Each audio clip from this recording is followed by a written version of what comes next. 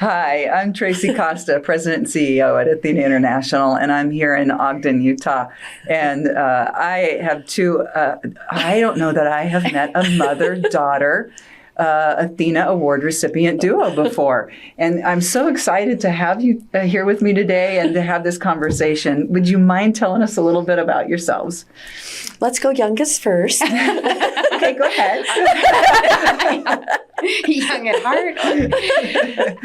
So my name's Sara Toliver. I am the 2023 ATHENA recipient here in Ogden. And my job is I'm the president and CEO of Visit Ogden, the destination management organization for Weber County. So all things tourism and visitor experience fall into our realm, and it's an honor to be here. That's awesome. And I'm the mom, and my name's Jo Packham, and I am the founder and creator of the Women Create brand and the magazines. And I have a new job, which is the creator and partner for Made TV network. And I was born and raised in Ogden. I've been in the publishing industry. This is my 46th year. And I'm proud to be here as a representative of the Chamber and Sarah's mother. That's amazing. And an ATHENA. And an ATHENA. And an ATHENA. ATHENA Award recipient. That's why Sarah's so much better than I am. She remembers all the details. Yeah. Oh, gosh, God bless you. Thank you. I don't remember the details either. I'll never forget. I was talking to a couple of the folks from the Salt Lake Chamber the other day, and I was telling them that I'll never forget growing up. My parents, we were traveling through the western states, and we spent quite a bit of time in Utah and in Ogden here and the Salt Lake area. And I had to have been like 3 or 4 in there, like, we're going to go to Utah. I was like, okay. And then, so we were getting excited, and they're like, okay. I was like, when are we going to Utah? No. Utah. Yeah, Utah. Let's go to Utah. I've never heard that. That's funny. That's good. Yeah, it was. So that's kind of stuck with me all these decades later. It's like, oh my gosh, okay, I'm going to Utah. I'm going to Utah. I like that. There's a hook there. Yeah, we have to adopt that. So with you being in the tourism here in Ogden, it's like, come to Ogden, Utah. There you go. There's a place for everyone to make it theirs, right? Right. Oh my goodness. So tell me a little bit about some of the things that you guys have come up against that have, or how you've seen the community change over the years. Do you want to start? Yeah, because it's major. When you talk about the difference between Sarah and I working in the community, when I first started in this community, there was no historic 25th Street with what it is today. And it was very different. The attitude towards women in business was very different in those days. I mean, that was 50 years ago, right? Yeah. And so I had a lot of tell me more about that, if you don't mind. Well, I have great stories about working with the banks, the bankers, and taking out loans. And I'll never forget, we were sitting, my partner, her name was Therese Woodruff, we were sitting in the bank, and they'd frozen our loan. The story's long, but they'd frozen our line of credit. Okay. And so we went to talk about it. And my husband was, Sarah's dad, was a lawyer. He's still a lawyer. He's just not my husband anymore, but he's still Sarah's dad. But he's a lawyer, and her husband was an accountant, a very respected accountant. And so we went to the bank, and we were having this meeting, and the banker said, you little girls just do not know when to quit. And Teese, who was probably, 4'8" or something and weighed 75 pounds, literally crawled right up over the table and grabbed him by the nape of his neck. And Scott and Rocky came right up from the back like there were cue cards on the movie theater, and just picked her up and carried her back and sat her down. But that was the kind, we had to lie, actually, because all our business was in New York. And so we had to lie and say we were from LA. I had a post office box in Los Angeles. was, because there was no respect from anybody in Utah and women like us, because they were all run by men. And so by the time Sara graduated from college and went out into the business world and stuff, life was a little easier as far as business is concerned, but she has just as many obstacles, different kinds to face. People are, they're better now, but different. I mean, it's still hard. It's just not as easy as it should be. Or as fair, as equal. As equal, right. Yeah. Have you faced some similar changes, or have things improved? Yeah, I think I just want to expand on what Mom started saying about the community, because I do think one of the nuances of being a woman who has that leadership potential and that excitement and engagement is the willingness to dig in and figure out how to get things done. And as Mom mentioned, I graduated from college, went out into the workforce, had a job in Salt Lake, decided I hated commuting, and came back to work for her and her publishing companies. But at that time, her and her publishing company, not for.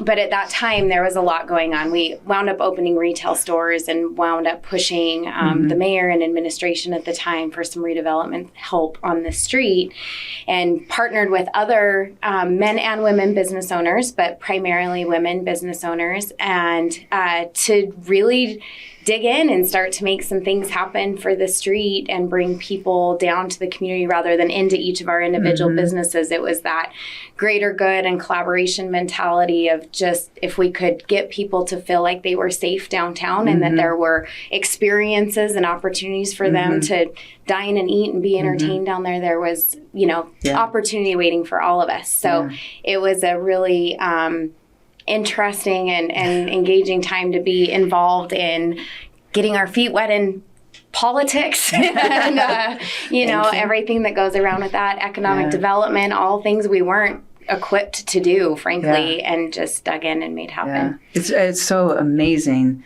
It's so obvious in this community, the strength of collaboration and the positive impact that it has had. I have seen it just in the short time that I've been in town. It really is inspiring. That's what we like to hear, because it's a foundation to everything good that happens in this community. I feel that way. And the giving back of time, treasure, talent. And people forget about that. It doesn't have to just be money. It can be of my time and my and my talent too. Exactly. And I've seen so much of that and talked to so many of the local leaders here about that. And tell me more about what you see in both of those realms, if you don't mind. I think the nice thing about what happened when Sara and I were working together was we're both equally as motivated and equally as inspired. And that's where the similarities stop. Sara's really, really smart, extremely organized, could put together the events, could do all of those kinds of things. Her and her group of younger business owners on the street were like right in there doing, the Harvest Moon celebration and putting together committees and boards and all those kinds of things. And I've always been in the arts. And so I can't remember where I'm supposed to be on Tuesday morning, right? And so I did the things like Christmas Village and the horses, and anything that had to do with the arts was mine. And so we brought in two such completely different components, and we're equally as strong, equally as passionate, so very different. And I think that's what brought it all together, because you can have a passionate community and lots of people can be involved, but if you don't have a leader like Sara who organizes it all and gets everybody in there together and gets things happening, then it doesn't happen. No. And she was the one. I have to give her credit. She's amazing now, but it was even more amazing when she was so much younger, because she was just brand new into it all and taking it one step at a time. And I couldn't help her because I didn't have any idea what she was doing. And so all I could do was get horses painted. If you ever want someone to build up your ego, just sit in an interview with your mom. Right. Perfect. Well, I'm very honest. She learned a lot from you modeling. Oh my hell. Yeah. I hope not. Maybe the hard work, maybe that, but I hope that's all she learned. I can't I think the time, treasure, talent question is exactly what I learned. There was a time after we had gotten engaged in all of this revitalization work, and I was with a friend of mine who was actually part of our group, Kim Bouchard, who was a business owner on 25th Street, and we were in Vancouver, and we passed a building that had a banner that I repeat often, but it said, "Give where you live." And I think that really, it stuck with me all these years later, because I think that's exactly what this community does. And to your point, some communities give with financial contributions, but this has never been a community. Well, I shouldn't say ever. It was in the past. But in the recent history, this isn't a community that can give with its financial resources. There are far more people who bring time, talent, treasure to the table and give so much of it endlessly and continuously to build things up. Whether it's our outdoor recreation product and people out building the trails, or the revitalization of downtown, or forming new boards and organizations to support the volunteer spirit, there's just no end to the examples that you can give of people contributing their time and talent in this community. Is there a fun fact that either one of you could share about Ogden, Utah, that in Weber area, the county, that maybe not a lot of people know? Well, it's our most historic fact, but I think a lot of people probably don't know that Ogden is where the Transcontinental Railroad met up over 150 years ago now. So when the rail lines were formulating their meeting place, the Golden Spike is just a few miles north of here. Wow. But our Union Station depot was where you had to change trains if you were going across the country. So there's a lot of history in this community that has buoyed us to where we are today. And then I think you couple that with things like we were this off-the-map destination still at this point when Utah hosted the 2002 Winter Olympics, and Ogden was a venue for a number of the events at Snow Basin and our ice sheet. So you combine the now awareness of our outdoor recreation product with the history and this collaborative giving community, and it's a really special place. Yeah, it is very special. Yeah, it really is. I can feel the energy here. We love it here. Yeah. Can't wait to come back. People say to me, "Why do you love Ogden so much?" And it's, because we have a shortage of some things. We don't offer everything, and it's not even the best skiing and the best mountain climbing and the best kayaking. I did say the best. I did say that, but it is the feeling that you get when you're downtown and when you're in a group and when you're with all these people. They sincerely care and support you. And like Sarah said, a lot of them don't have a lot of money, but oh my gosh, I've seen them cleaning the trailways and downtown historic 25th Street and all those kinds of things. They just roll up their sleeves and come to the party. Get to work. Yeah. Give back. That's the seventh principle that we have, and then celebrating that that really. What is some of the best advice that maybe you have received in your lifetime that you apply on a regular basis? Well, mine is just my cute little mother was the epitome of strength to me. And she used to always say to me, "Joe, you can do whatever you want to do. You just have to decide you want to do it." And she proved it not in the ways that Sarah and I have, but in her own way. She was probably one of the strongest women I ever knew. And I don't think I realized it enough when I was young. It took me a little while to figure out what she was talking about. But I think that's it. It's like, if you're willing to do it, do it. You can't do it wrong. Just redo it if it's not right? Well, and that was from your mistakes. Yeah, absolutely. That was her philosophy. I was going to say the same thing. So Mom actually gave me a paperweight when I first started working with her that said, "What would you attempt to do if you knew you could not fail?"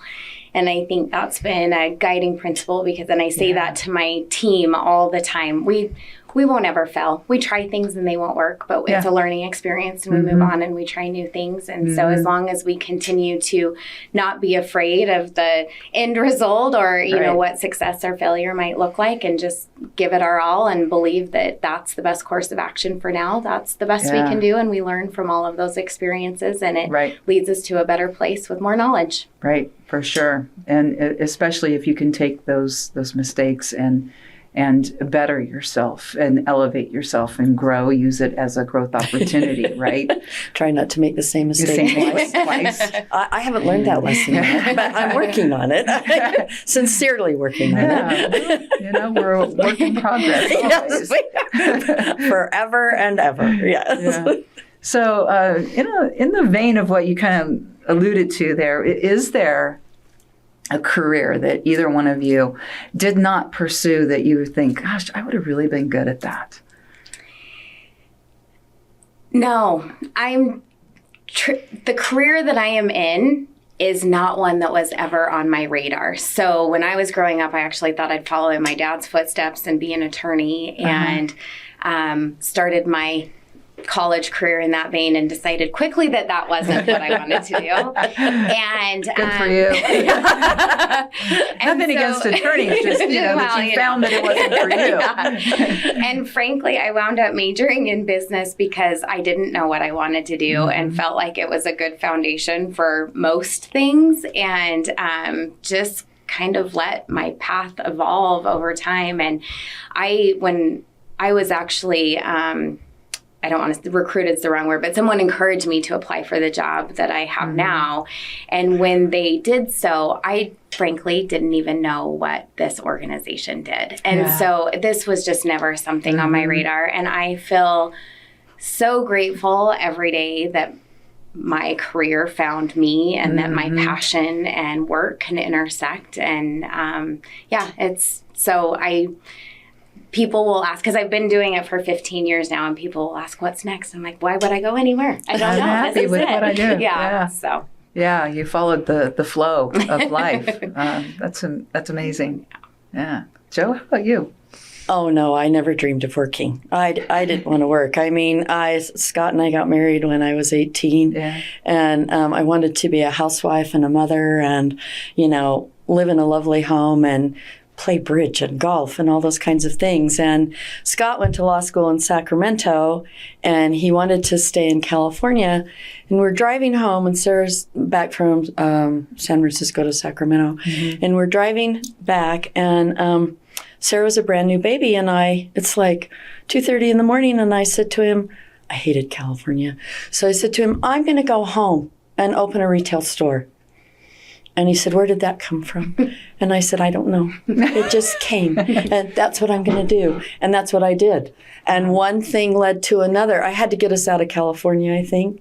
And I hated it there. And one thing led to another. And I just became so passionate about women in the arts and publishing and all of that I never questioned it and never looked back. And have evolved and reinvented what that looks like over the years as well. I have. Yeah. I have done that. So how has it evolved? Oh, we started out with a retail store, a small retail store that sold art supplies to the university arts classes. And then I got an idea, Counted Cross Stitch was becoming very popular in the country. So I got an idea to do leaflets that were lacking in certain areas of all the leaflets that were in the country. So we were number one on the list for 10 years. Then the bottom fell out. Then I went to New York and made a presentation to the president of Meredith Corp, and we started doing hardbound books. And then that led from one thing to another, and then that ended. And then I decided I went and made a presentation about magazines, and everything's always been, for me, it's like, I guess because I'm so passionate and I am pretty creative. Like, I go to a meeting like this and I get up and shake hands and we walk out the door and we start. And sometimes I've had contracts and sometimes I haven't. But it's been 46 years, and that's the way I started Made TV. I resigned from the magazines, and 2 weeks later started Made TV and online live streaming video. Wow. I wouldn't recommend that to any of you. I think you need to be a little more like Sara, a little more organized, maybe a business plan, maybe a lawyer and a contract, an accountant on your team, all those kinds of things. I just never had time, and they were too slow. So I just did what I did. You move fast. Well, I'm not a very... Do you like lots to do? Yeah. Does Sara like lots to do? Yeah. Well, you probably perform better under pressure, right? You're more creative under pressure. If you have to think about it, you just have to do it. There's no question. Yeah, for sure. For sure. What are some of the successes that you've experienced in your life that have really stuck with you? Well, receiving the ATHENA Award, I would say, is one of the top successes that I say will stick with me because of what it emulates for this community, and just recognizing, I took from the book was really profound for me, that I hope that I'm looked at as a leader in our community who is a woman and not a woman leader. Yes. And I think that path has been paved for me in a lot of ways, and I'm very grateful for that. I was also in my industry a couple of years ago. I was inducted into the Utah Tourism Hall of Fame for work that I had done in our community and at the state level for tourism development. So I'm feeling very blessed and very recognized and acknowledged, which isn't something we do well for ourselves. So it's a huge honor. Yeah. And I have to say about the Utah Hall of Fame, Sara's one of the youngest people to ever be recognized. So it's even more of an honor, I think, not that it's not all an honor, but, when you're young and still working and still on your way up, right? It's nice to be there in the middle. I think my greatest recognitions are like Sara in the community. The ATHENA Award was huge for me. I'm like, wow. And and then Sara and I together with the businesses received lots of local awards, for the businesses that we had. Sara did all the retail stores. She's left that part out, but she did. She was in charge of 3 retail stores and ran those and won awards, national awards and things. And then later in my career, just a couple of years ago, we have an organization in the publishing industry that is, it's Mr. Magazine, and the magazines around the world are ranked. And we received the best launched magazine of the year out of 750 publications. So that was a big one for me. And then this year, it's really big. Yeah. And this year, we received recognition for being the highest sell-through magazine in the history of Whole Foods. What? So it's, we're just that's incredible. A women's magazine that deals with arts and makers and stuff. So like 90% of the population doesn't know about us, but the 10% who do are extremely passionate and very committed and involved. It's like having a community in Ogden, only it's just a little bit broader. I mean, they don't have a lot of money either. Artists are not wealthy and they're not good business people, but when you have a problem or you need help, they come to the table. For sure. And they're all right there. And I think that's, they're different, but they're exactly the same. Yeah. Wow, that's incredible. I had no idea about that. That's a lot of fun. Nobody understands it, so we don't talk about it very much. So and to that, why do you think we struggle so much as women in celebrating ourselves? Yeah, right. Because we're so eager to do it for others is the thing, or at least I think in this community where I know that sometimes that's not always the case, but I think that we witnessed that this morning, right? Yeah. Or people so eager for others to share their successes and accomplishments and accolades. And I don't know why. It's like there's been something ingrained in us that it's selfish or boastful, or I don't even know what right adjective to give it, right? But that if we put ourselves out there to say, I'm really proud of this, it's like something we should avoid doing, which is really a shame, but we all do it. And I think it's because of that shame that we don't. Yeah. And a lot of times we have to be encouraged to to toot our own horn, so to speak. And it's when we were in a leadership program at one point. I witnessed a young woman. She was like, realized the impact of that. And when she doesn't ask for, ask for that raise or ask for that promotion or that recognition, that it's hurting the generations to come, not just herself. Mm-hmm. And so many times too, I think as women, we want to make sure that every box is ticked before we apply for a job. And instead of, I can learn that. I can learn that. To your mom's point, I can do anything. You can do anything mm-hmm. that you set your mind to.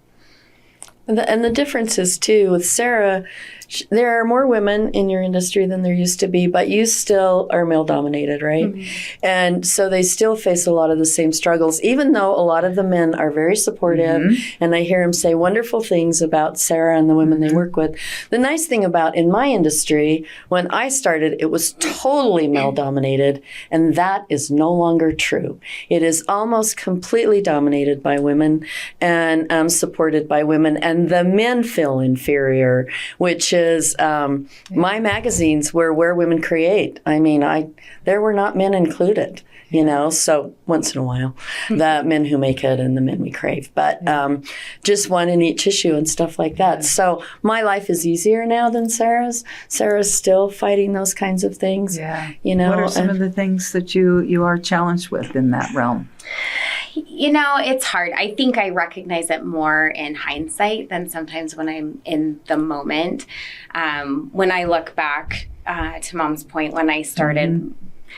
I was 30 years old when I started this job. And so not only was I female, but I was probably the youngest person mm-hmm. in the room, which is no longer the case, unfortunately. But so, I would walk in and I would just always make sure I was the most prepared person in that room, because I didn't ever want, and not that I wanted to know it all, right? Or be the know-it-all. I just wanted to make sure I wasn't caught off guard mm-hmm. or unprepared for something. And then that I was there to learn and absorb whatever else was taught. But that I do think I learned that from my mom and other mentors I had in my previous life before being there, is that you have a voice and you get mm-hmm. to use it. And mm-hmm. And so I wasn't intimidated, I don't think, as much as I probably should have been. But looking back, I look at comments or opportunities that were given to others, or things that, I can kind of look at with a little bit of reflection, and now with mm-hmm. some knowledge and time behind me, understand where they are. But mm-hmm. I agree with you. I have a daughter as well, and I want to be another trailblazer mm-hmm. to set the pace for her, so that she's not dealing with not being proud of her accomplishments or fighting for the same salaries or, those kinds of things. And those are still issues that we deal with. Yep. Pay, equality, having the same voice at the table all the time, being taken as seriously, balancing parental responsibilities with work responsibilities and trying to be everywhere and do it all. A lot mm-hmm. of those pressures that I don't think are always the same across the board. Yeah, for sure. I think that it's something that is a work in progress. And I think I saw the other day that at the current rate, to get gender parity, it's going to take 132 years. Yeah. It is? I haven't read that. So unacceptable. Yeah. And we can do better as a society. We can do a lot better. And we have to pull together to do that. We have to link arms with all marginalized individuals and bring a balance to the leadership, to the voices at the table, because it's the only way that we're going to, I think, improve these things, is to have diverse representation and diverse experiences. Absolutely. Yeah. And I think it goes back, when you were talking, I was thinking about the same thing. I was offered an increase in salary by my board last year, and I turned it down. And because I didn't think it was I wanted to be able to do the same thing for my team, and we didn't have the budget to do that. And I had a big lecture by my board chair that we have to set the stage and we have to create the bar so that we can bring others up with us. And it's been a big reflection for me too. If I'm not willing to acknowledge my worth for the organization, how will I ever acknowledge the worth of my team and let my daughter do the same? And all, we kind of put ourselves in this weird spiral of wanting to do it, but then not allowing it for ourselves. Yeah. So in the future, project out, we're 50 years out. And no, we got this. We got this. I'm dead. And, no, you're not. No, you're not. You're just getting warmed up. Joe, you're just getting warmed up. No. She's like, no. Sarah does not want me to be 102. But 122. We don't have to be around. Just what does a successful world look like at that point? That's such a hard question, right? I mean, I think all those ideals we hope for, equality, equity, kindness, gratitude, help, joy. That's big ideals to live up to. I don't know if it'll ever completely change it. In fact, I feel like the last 2 or 3 years we've been sliding backwards. Maybe there's more equality in women in the workplace. Maybe that's true. But the whole kindness and caring for each other and individuals as people and the horrors that we see on the news every day, how do human beings, men or women, do that? And maybe it's because we're so we have so much more information than we used to do. Maybe it used to happen a lot, and we didn't know. There was just no way of knowing. But it's horrifying to me, and I just feel like we've worked so hard to do really good things, and in some major areas about human care and kindness, we are sliding back faster than we're running forward. Yeah. As I've traveled around the country so far, that is a thread that is going through many of our conversations, is getting back to a society of kindness and curiosity and of helping each other, of supporting each other, of being just loving and kind, and using the word love in the workplace, and destigmatizing that along with mental health. Oh, mental health for sure. Yeah, sure. I think the advantage of living in Ogden is that we're pretty insulated from all of that. We don't see these horrors here. We know they're happening, and that's the good news, because we feel like our children are a tiny bit safer. It's starting to creep into our community, like at Ogden High last week. It's starting to creep in, but we're a little bit insulated. But if we were a community in the middle of New York, or some of these towns that are just having all of these on the border, for example, I can't even imagine how our perspective would be different than it is here, and what we would be doing, because we are a little bit insulated. So we have the ability to work together and build a good community, and we like to keep it like that. But what if we were in a giant city where then I guess it's your neighborhood, right? It's just your neighborhood, and that's what you do. But I'm very thankful every day I that think we that's live one here. of the key factors is sense of place for people, whatever your place is or however you define your community. If it's a geographic boundary or if it's a community of like-minded, like interested people with a passion for skiing or the arts or whatever. But if you can find your community and find your sense of place in that community, I think that's what really grounds you. And I do think we're fortunate here. One of the things we hear a lot, because like a lot of other Western communities, we've had a lot of folks moving into our community over the last few years since the pandemic. And, the overwhelming response or feedback is that they feel like they belong here. And I think whatever there really is a place for everyone if they find it. So whatever your interests, whatever your passions, however you define your place and your people, there's an opportunity to find your sense of place, which does help ground and create some of that kindness and generosity. And knowing yourself well enough to know what you need. Yeah. and so that you can find that place. Yeah, for sure.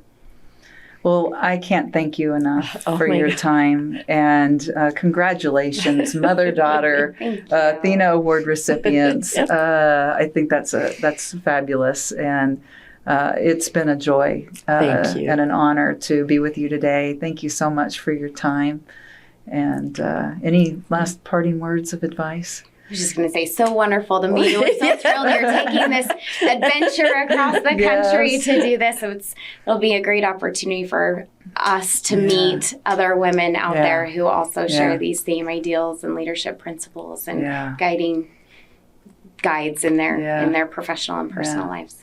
Well, thank you for all you do in this community. It's an honor. Yeah. Truly an honor. And thank you for recognizing Sara and I as a mother-daughter. It's I'm proud of what I've done, but I am so proud of what she's done. And it's nice to be able to share that joy and that sense of accomplishment. Yeah. So it's incredible.